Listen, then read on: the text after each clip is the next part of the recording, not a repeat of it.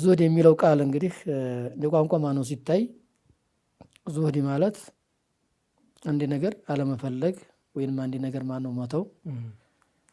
ሰውየው ዛሂድ ተተባለ የሆነ ነገር ማነው ትቷል ማለት ነው። ምንም ይሁን ምን አንድ ነገር ማነው የተወ ነው በማለት ይተረጎማል። الزهد ضد الرغبة والزهادة في الأشياء ضد الرغبة በማለት ማስቀምጠውታል። እንግዲህ ቋንቋ ማነው ባልተቤቶች በዋናነት እንግዲህ የሚያስፈልገን የቋንቋ ትርጓሜው ሳይሆን ዑለሞች ዙህድ ለሚለው ምን ትርጓሜ ሰጥተውታል የሚለውን ነው የምንመለከተው። ዑለሞች በብዛት በተለያዩ አገላለጾች ማነው ገልጸውታል ዙህድ ማነው የሚለውን።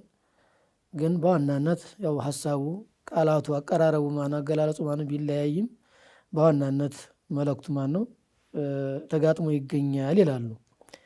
እና ከነዛ ውስጥ ማነው አንደኛው ዙህድ የሚለው ነገር አዘሃደቱ ቀስሩል አመሊ ወሹክሩ ዒንደ ኒዓም ወልወረዑ ዒንደል መሐሪሚ በማለት ያስቀመጡ ዓሊሞች አሉ።